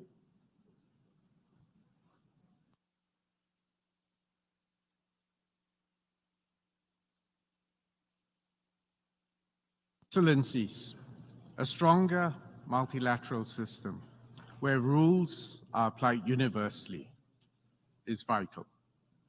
Peace and security depend on adherence to international law and the UN Charter. We strongly support the Pact for the Future and the accompanying Global Digital Compact and the Declaration on Future Generations. These are critical building blocks for a stronger, future-ready multilateral system. First, we reaffirmed our commitment to international law and the UN Charter. This is vital amidst the intensifying conflicts and geopolitical tensions today. We must all recommit ourselves to peaceful resolution of disputes through diplomacy. A world in which respect for sovereignty, for territorial integrity, and international law that is being eroded will become a very dangerous world for current and future generations, and especially for small states. Second, we adopted the groundbreaking Global Digital Compact. As digital technologies continue to shape our lives in all-encompassing ways, we need to establish common rules to unlock its transformative potential whilst mitigating the risk. More than 2/3 of the UN's targets for sustainable development can benefit directly from digital innovations. Singapore has worked with Rwanda to launch an AI playbook for small states. Together with our capacity building efforts under the Digital Forum of Small States, this AI playbook will empower all of us to leverage AI for public good. Third, we are glad that the Declaration on Future Generations emphasizes youth engagement. Young people have an even bigger stake in the future that they will inherit. The emphasis on incorporating anticipatory planning and foresight in our work is most timely. We must ensure that the policies we make today are future-ready to build a better world for successive generations.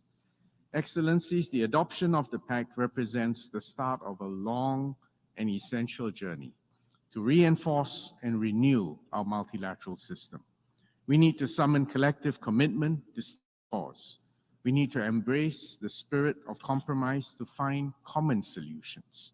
We must also have the courage to take the bold action essential for the long-term well-being of future generations.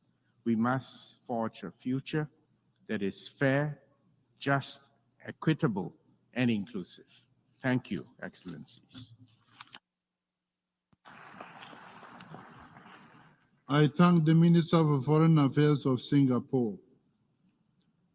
I now give the floor to His Excellency Arnoldo Ricardo Andre Tinoco, Minister of Foreign Affairs of Costa Rica.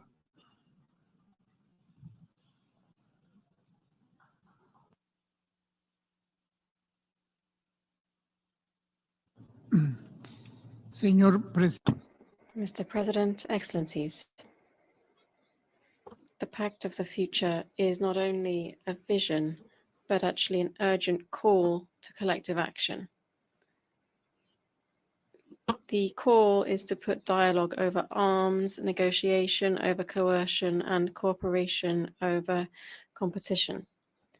The pact that we adopted yesterday puts prevention at the heart and urges us to invest politically and financially in it. Because prevention not only saves lives, but it also protects the progress made in development. The pact reiterates our profound disappointment at the lack of progress in nuclear disarmament.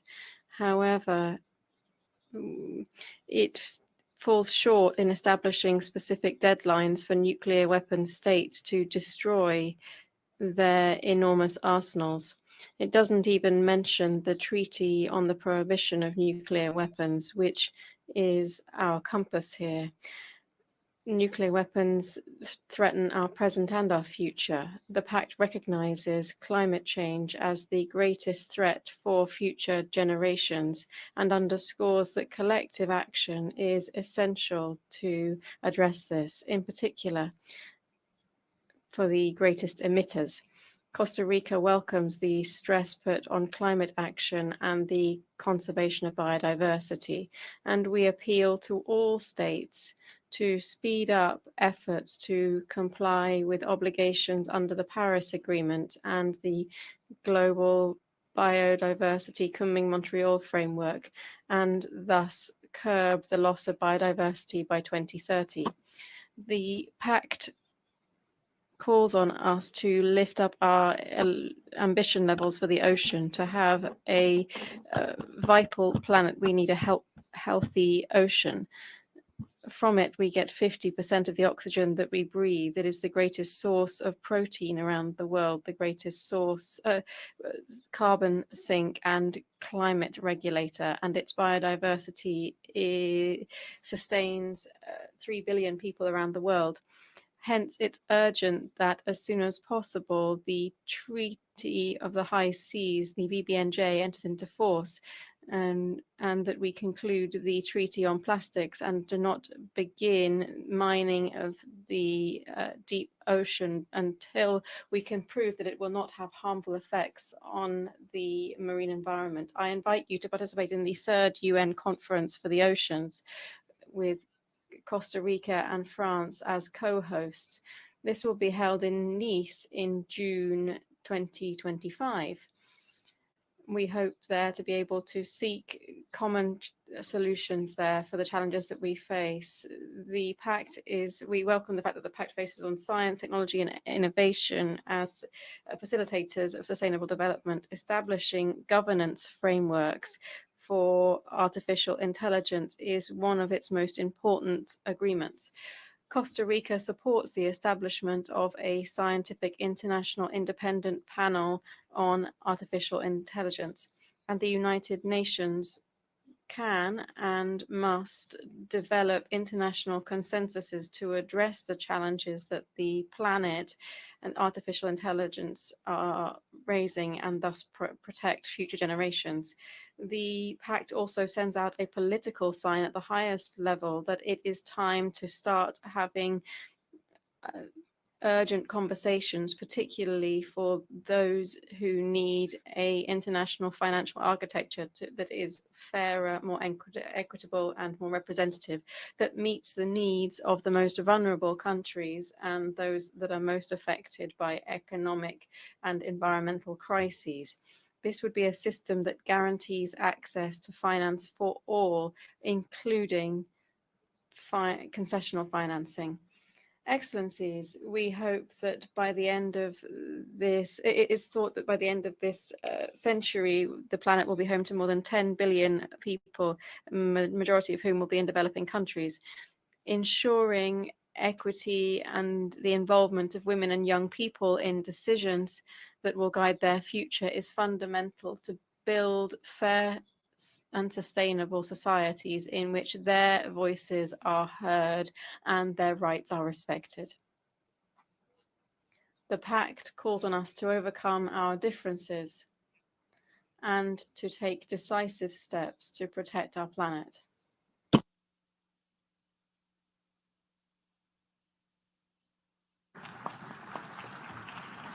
I thank the Minister for Foreign Affairs of Costa Rica. I now give the floor to His Excellency Mary Brown, Minister for Foreign and CARICOM Affairs of Trinidad and Tobago.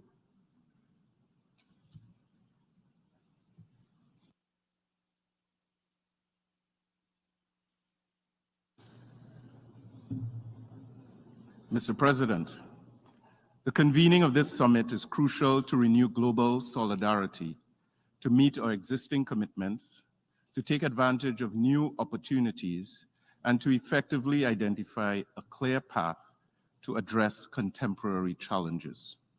In our quest to achieve sustainable development, we must ensure that all member states are on a level playing field. Those who are particularly in unique circumstances must be afforded the necessary support through international cooperation in order to truly ensure that none are left behind. Accordingly, we must not renege on our commitments to LDCs, LLDCs, and SIDS. Therefore, Mr. President, Trinidad and Tobago underscores the importance of the reform of the international financial architecture and emphasizes that official development assistance should be guided by the multidimensional vulnerability index. Mr. President, it is truly regrettable that at this time, the international community is failing at the maintenance of peace and security globally. The unprecedented escalation in the number and scale of conflicts contradicts the very purpose for which the United Nations was built. We must act boldly and decisively to effectively bring an end to these conflicts and to achieve sustainable peace for all. The ease of access to illegal firearms in the Caribbean countries continues to harm our societies with unacceptable consequences.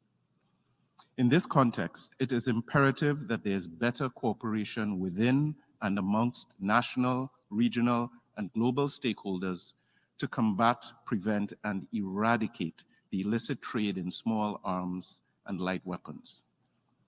Mr. President, Trinidad and Tobago recognizes the role of science, technology, and innovation for us to achieve sustainable development. However, as we progress into an era of high dependence on technology and rapid advancements in artificial intelligence, we must also acknowledge the magnitude of the associated risks. Therefore, as a small developing state, we are not only advocating for cooperation aimed at bridging the digital divide, but also for strengthening our capacity in cybersecurity to address those risks. Mr. President, our young people are key stakeholders in our pursuit of sustainable development. Consequently, we must ensure that they are equipped with the necessary tools and provided with opportunities to reach their full potential.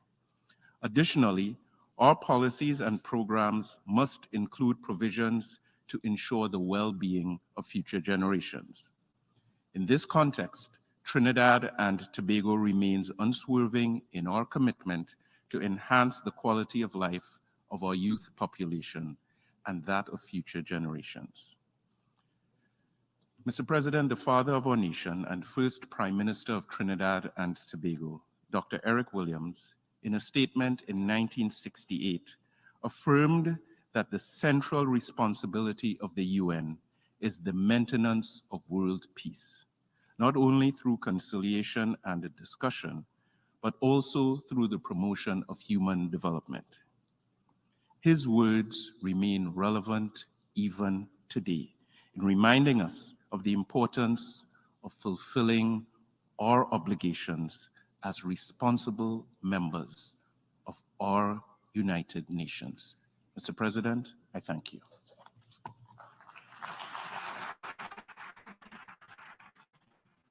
I thank the Minister of Foreign and CARICOM Affairs of Trinidad and Tobago.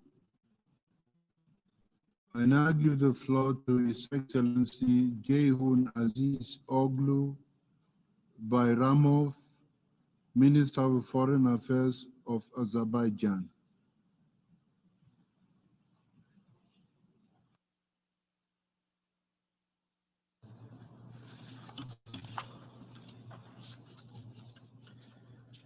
Mr. President, Excellencies, distinguished delegates, ladies and gentlemen, the world stands at a crucial crossroads, facing unprecedented challenges, including climate change, ravaging conflicts, geopolitical tensions, and rising inequality.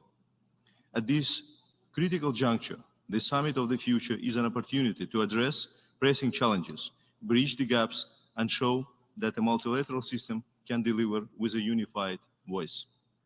Azerbaijan as itself lives through the most tragic consequences of violations of international law, including humanitarian law, and had been subject to injustice of non-implementation of the Charter and series of resolutions of main organs of the United Nations. It is against this background that Azerbaijan fully recognized the call of this summit for strict compliance with international law and reversal of the erosion of international norms. The Charter, as well as all the instruments and mechanisms set out therein, must be applied unreservedly, without any double standards, political, geographical, or whatsoever preferences. Excellencies, we meet the halfway mark for the 2030 Agenda for Sustainable Development, with only 17% of the SDG targets on track. There is an urgent need for turning our political commitments into decisive action to achieve progress. In this regard, Azerbaijan fully supports Secretary General's efforts to galvanize progress on the SDGs and remains committed to the pledges made in the 75th anniversary declaration. At the national level, we are making progress prioritizing 17 goals, 88 targets, and 119 indicators, and setting an example for others to follow. This has been achieved through collaborative and inclusive process involving civil society, the business community, women, youth, and other key stakeholders. Liberation of our territories from occupation opened a new page also in terms of attainment of SDGs.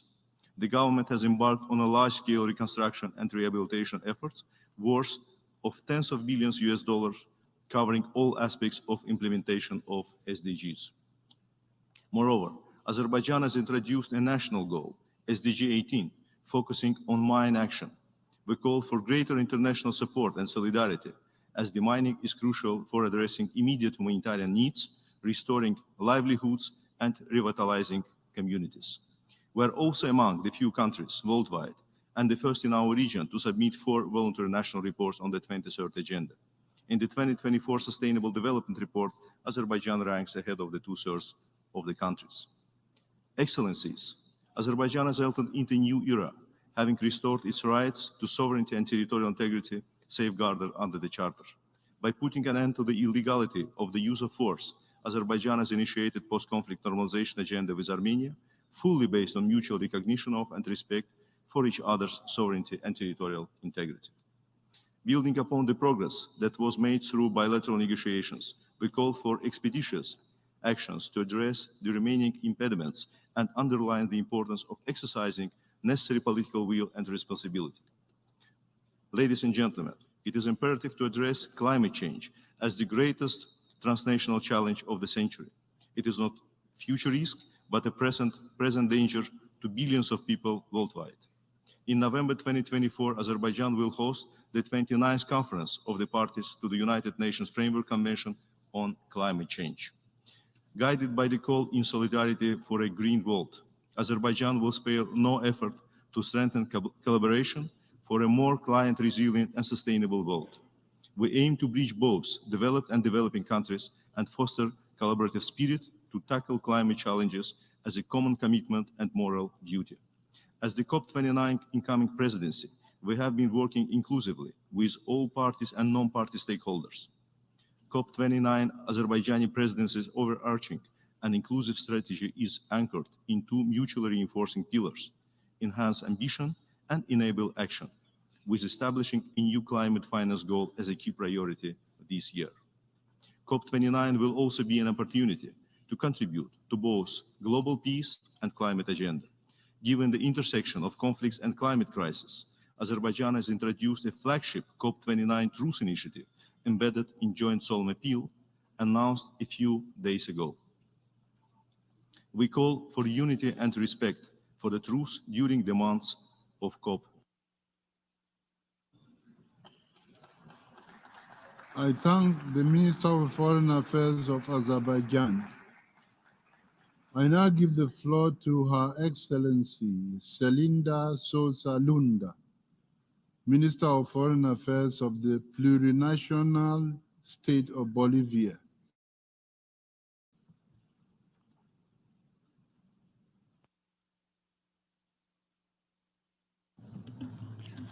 Muchísimas. Thank you very much, President. I'd like to begin by conveying the brotherly greetings on behalf of the Bolivian people and our President, Luis Arce Catacora. President, distinguished colleagues, humanity and our planet are facing the effects of the multi-dimensional crisis of the capitalist system.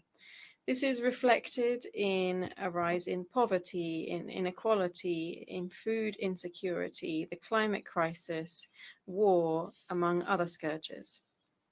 If we're not able to address global problems with collective solutions, we will be facing the possibility of the collapse of the whole of mankind. For this reason, cooperation, solidarity, complementarity, peace, a balance with nature, respect for sovereignty, and the self-determination of peoples must be the common values that guide the decisions that we take and the new paths that through which we will build. In this context, the Pact for the Future, the Global Digital Compact, and the Declaration on Future Generations are important instruments that allow us to look ahead to a better future for present and future generations. This pact has the great aim of correcting profound inequalities created by centuries of economic, political, and social domination. Regrettably, we must also recognize that the Sustainable Development Goals will not be attained as was planned by 2030. However, we believe that the Pact for the Future must serve as impetus to speed up the implementation of the 2030 Agenda. President, colleagues, allow me to share 3 principles that we deem important for the implementation of the Pact for the Future. Firstly, equity in global governance. In the modern world, from the global south, which is home to the highest number of countries and people around the world, multilateral decisions must be collective. They must be taken on an equal footing with respect for sovereignty and the sovereignty enjoyed by all states. This involves undertaking real and deep-rooted reform of the UN Security Council, of international financial organizations, and other multilateral fora. Secondly, climate justice and sustainable development. Our nations are the ones that have been most affected by the climate crisis, despite the fact that they are the least responsible for it. The commitments that have been made under the Pact for the Future must guarantee common but differentiated responsibilities among developed and developing countries, ensuring the funding that has been pledged for adaptation and mitigation. It is not acceptable for those countries that are most responsible for climate change to now attempt to renegotiate the content of the Paris Agreement. Once and for all, we must build a development model based on respect for Mother Earth and the rights of all our peoples. Thirdly, capacity building. In a world in which technology is advancing quickly with artificial intelligence and already forming a part of our daily lives, it's important for developing countries to be able to achieve the same technological development for health, education, among other areas, so that our societies can have a necessary ability to address the challenges of the future. Women and